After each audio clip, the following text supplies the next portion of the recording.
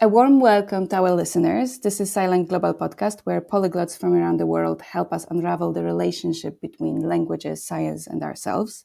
My name is Agnieszka, and today I have the pleasure of hosting our guest, Christos Pliatsikas.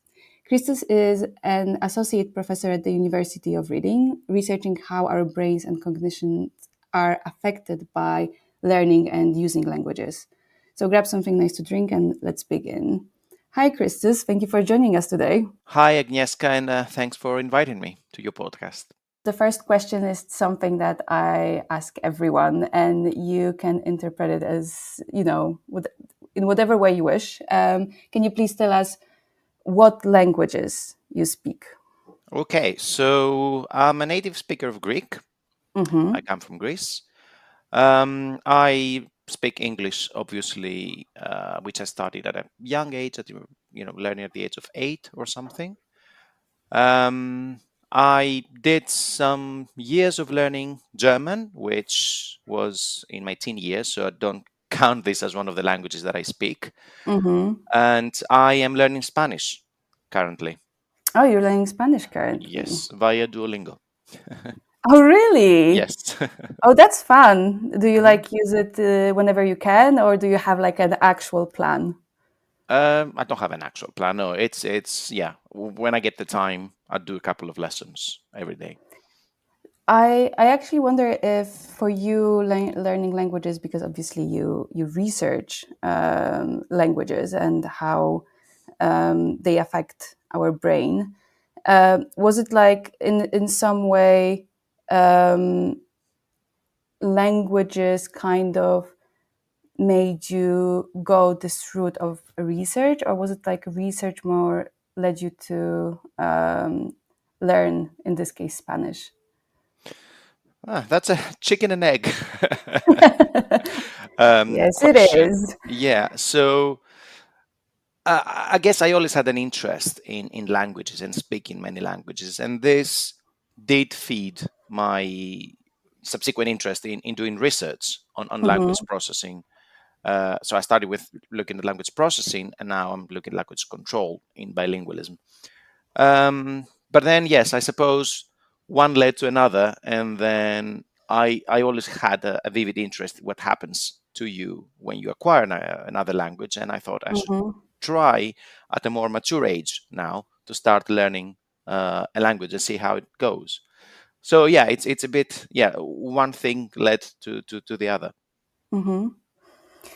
And I wonder, because you're from Greece and you are a researcher, and so in our world, to communicate our work and to collaborate, we bound to use English. And how do you look at it? I wonder whether for you it's a restriction or maybe something that actually brings us together. Well, that's a very interesting and broad topic, and I think it has pros and cons, obviously. Mm-hmm. The pros are, English is a lingua franca, right? It's the language of communication, a global language of communication, which succeeded other lingua Mm-hmm. francas, like Spanish or Greek or Latin in the past. So it has this function of allowing us to communicate with each other and conduct research and communicate it in English, which brings researchers at least together, if not people in general together. But the con is that it doesn't allow a lot of space for research to be conducted and communicated in other languages. And if that happens, it's more difficult for us to find this research and see what happens in other places in the world that use the different language. So, well, yeah, it has its benefits, but some possibly to the expense of the development of other languages in scientific inquiry. Mm-hmm. Yes, I agree with that. It's kind of like good and bad. It's kind of it's a mix, right? I pretty much ask I ask as many people as I can about this, because I personally I'm still trying to develop my how I think about it. Um, and so going more to your work, can you tell me more about, how brain and language, how does this work? So for example, I will start with a question, whether there is a difference between those who started learning multiple languages from the beginning of their lives. So because, for example, the parents were from different countries. And is there a difference in thinking or acquiring language when we start learning languages as adults? Okay, so my research looks at how the experience of having to juggle two languages affects cognition in general, but also how it affects how the brain functions and how it affects the structure of the brain. So when it comes to that, the difference between acquiring a language very early in life versus acquiring a language very late in life, a very important difference is how many years you have to your disposal to juggle between the two languages. So you could argue that simultaneous bilinguals or multilinguals, people that start very early in life, have spent their childhood and adolescence and adult life juggling these two languages. But someone that started learning later in life has had a smaller amount of time to do this. So the real question is if there are any effects of language on the brain, whether they differ for these two groups. And there doesn't seem to be clear evidence about this. So it doesn't seem to be necessarily a case of learning before a critical age or after a critical age. But what seems to have an effect of the brain is the actual amount of time you've been doing this complex skill of juggling languages. Which means that you may have people that learn the second or third language at the age of, well, started learning, right? At the age of 10, 14, whatever that is, so later in life, but they are speakers for 50 years. So they are still late learners of the language, but very experienced users of this language. So you may see when you compare them to monolinguals, let's say, or less experienced bilinguals, you may see differences in their cognitive abilities with the specific tasks that we administer to these groups. And you may also be able to see, as I said, differences in the patterns of brain activity, especially in those parts of the brain that deal with language control.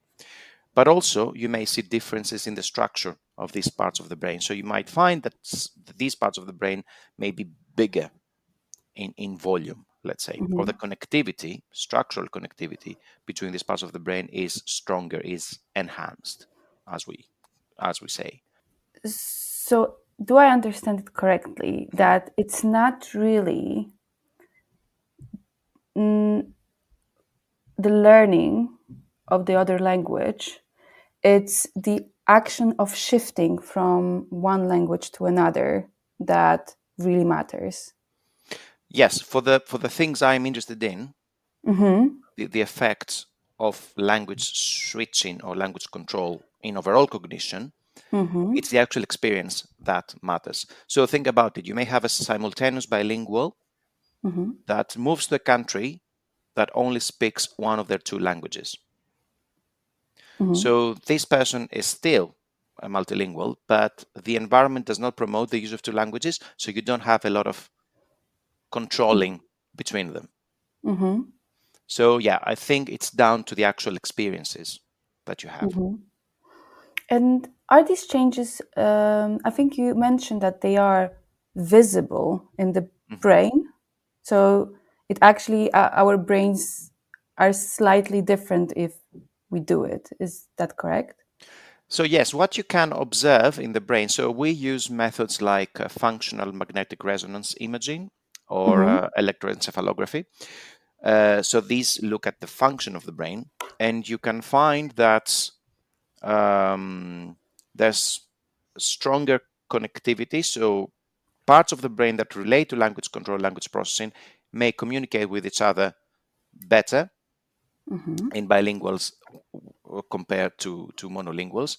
Or you may find that when bilinguals do cognitive tasks that are challenging, that require some decision making on the spot, you may find that their brain actually activates less in the sense, and this means that the brain finds this task easier if you're a bilingual compared to you being a monolingual. So these are some of the other things that we see. And as I said, when it comes to brain structure, we can see that those parts of the brain that deal with language control, they may change in volume, in size, and these changes take place in order to accommodate this challenging skill. So you may find that the bilinguals have bigger volumes in these regions compared to monolinguals. You may find that this volume actually relates both to their experience of bilingualism, but also to their cognitive abilities, their cognitive skills in general. So when it comes to cognitive skills, and please, if I'm completely wrong, you can tell me that I'm completely wrong and I think about it in the wrong way. But I kind of wonder if,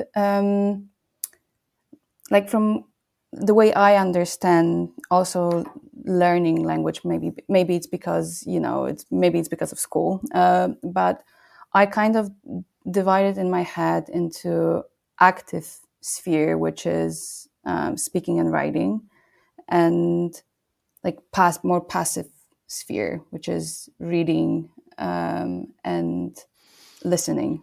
So production and comprehension. Yes, exactly. So I wonder whether if I, for example, practice more one or another, does this make a difference on my brain, or is it the other way around? It's the brain that impacts what's easier for me to learn. Okay. Or it's again a chicken and an egg. Kind of. I mean, I wouldn't know. I wouldn't be able to tell you that if you are in an immersive environment that forces you to use both of your languages, how you could focus on production only or on comprehension only. True. You would need to employ both, right? So I wouldn't be able. I don't think we have a lot of evidence to say that producing more than comprehending comes with a different set of changes in the brain. Let's say. What was the other part of the question? First of all, if it makes any impact on our brain, or if it's a brain that kind of impacts what's easier for us because this is how we were born. Okay. So yes, that's a totally different research question about whether some people are pre-wired to learn languages and to be successful in learning and using languages. The jury's still out there. There are some studies that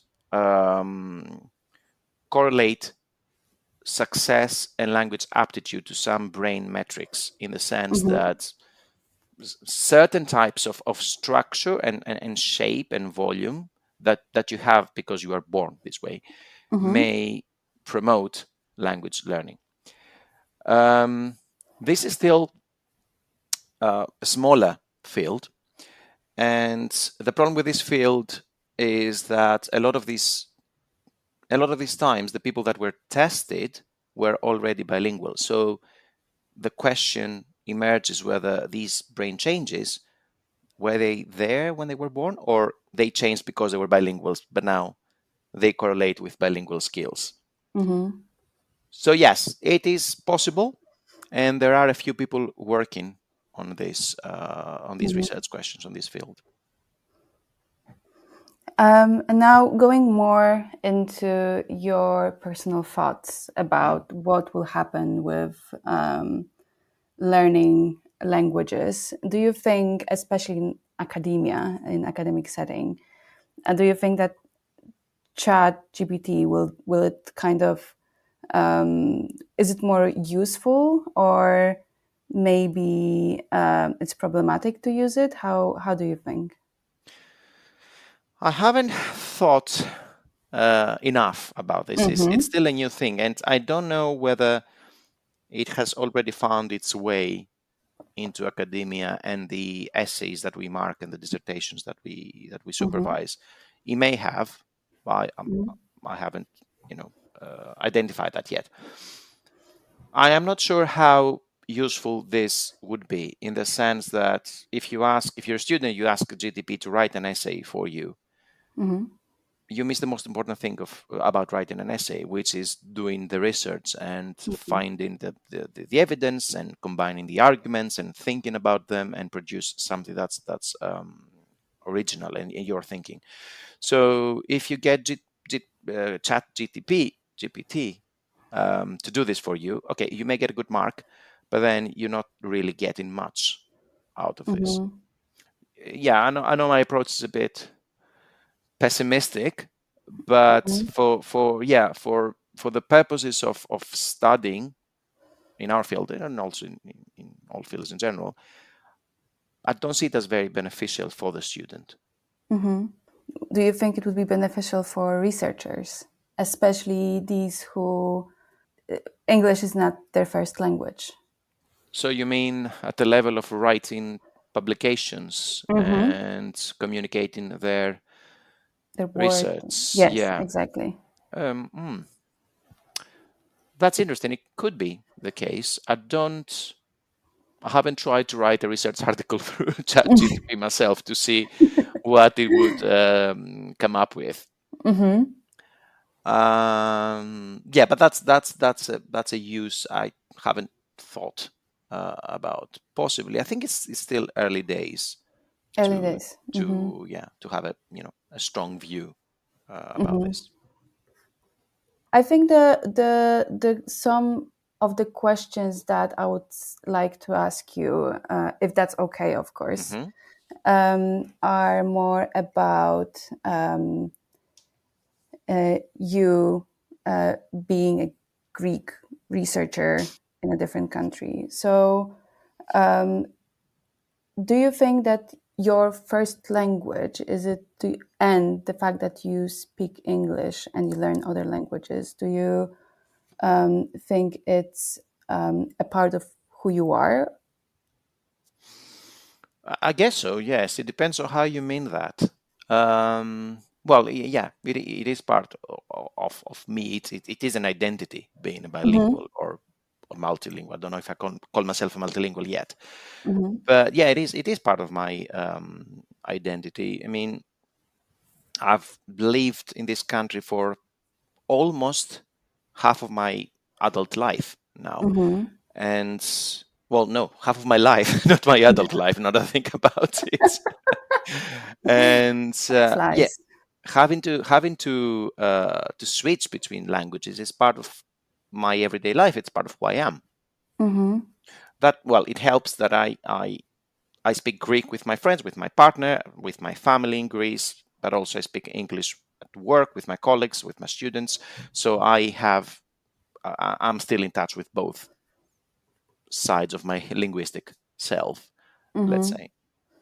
And do you find yourself thinking in another language in some sort of specific circumstances, in the sense of for example, you're at work, and are there times that you think in Greek or not really, and the other way around? Well, yeah, this comes to the whole discussion about different domains where we use our different languages. And when it comes to work, for me, it's pretty clear that working in Greek, thinking in Greek, teaching in Greek, it's not easy. Because I've tried, actually. And this is purely because I did most of my training in English in the UK, but also all of my work is done in English. I don't have any classes that I teach in Greek. So this this means that it's much more difficult for me to talk about my work or my teaching in Greek. It's laborious because I did deliver a module in Greece a few years ago. It started coming back to me.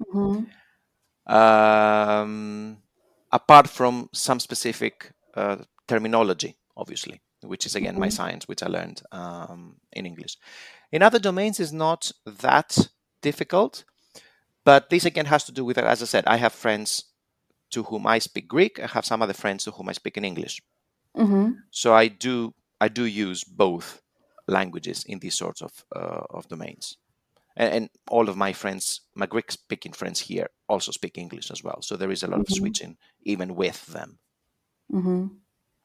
I absolutely agree. It's really, really hard for me to talk about my work in Polish. I literally have no words. It's whenever my mom asks me to tell her what I'm doing, I'm sorry. I will just tell you this little because I just cannot. We've So I all been absolutely there, yes. yes, I absolutely understand that. So you said that you also have friends from Greece speaking English. So in this setup of the world that speaks English, you can speak Greek. It's just interesting for me how does it feel for you? Do you usually speak English around others, or do you feel like you're in a bubble when you can speak Greek with your friends in the UK? So when I meet with my Greek-speaking friends and there's no non-Greek speaking people around us, we would speak in Greek. Yeah, there's no question about that. We won't speak primarily English. There is some difficulty sometimes that there are terms or topics that we may not find the vocabulary in Greek necessarily, so we are attrited, as we say. So there's a lot of code switching happening there. So we would use a lot of terms in English sometimes. And again, this is normal because we're all people that have been here for about 15 to 20 years, right? So yeah, I mean, my friends in Greece, they all speak English because everybody in Greece learns English. There's no exception to that rule. But we don't converse in English. So yeah, I would speak Greek with them as well. It's interesting, isn't it? To me, it was always I personally, whenever I speak Polish in another country, it's kind of to me, it's kind of like a teleportation feeling. So I personally like it, but I also don't use it if someone cannot understand me, and I think this is a very polite thing to do. Yeah. I think I would like to ask maybe one more question about your work. If I could ask you more about the learning and using a part of your work when it comes to how it affects our brain. Yeah. Is there really a difference between learning and using? Does it always have to come together, or have you seen any? Do you in your work somehow divide it? Interesting question. I mean, I don't. Again, this is for the purposes of my work, right? I don't necessarily divide it because it all comes down to how you control languages, and because we know that all the languages that you speak are active, and you need to control them in order to use one and not the other. But this applies when you acquire a language, because you learn new words, new sounds, new meanings for concepts that you already have words and sounds for in a different language. So when you learn the word for a cat in a different language, the concept remains the same, a cat, right? But you need to add a new label to this concept in a different Mhm. language. And then when you need to produce the new label, you need to suppress the original label. So there still is competition. There still is something to control. So in that respect, the two are not totally different. And in fact, there are studies that monitor people as they were learning a second language. So they scan the brains before them entering a language training course, and then 6 months after they ended the language course. And they did find differences in both brain function and structure in all these regions we're talking about. So that shows that all these processes, these controlling processes, kick in while you acquire a language. It sounds like it's a process that it's Yep. very intertwined and interconnected, Yep. from what I Yep. understand. It is. And anecdotally, I can tell you, I mean, I see that from Duolingo now, because the more I learn Spanish, the more I realize syntactically the structure of the language is more similar to Greek than it is to English. Oh, But when I'm trying the exercises, when I'm doing the exercises, I do them from English. And the syntax is different. So I find it difficult to translate from English to Spanish because I need to change the word order practically.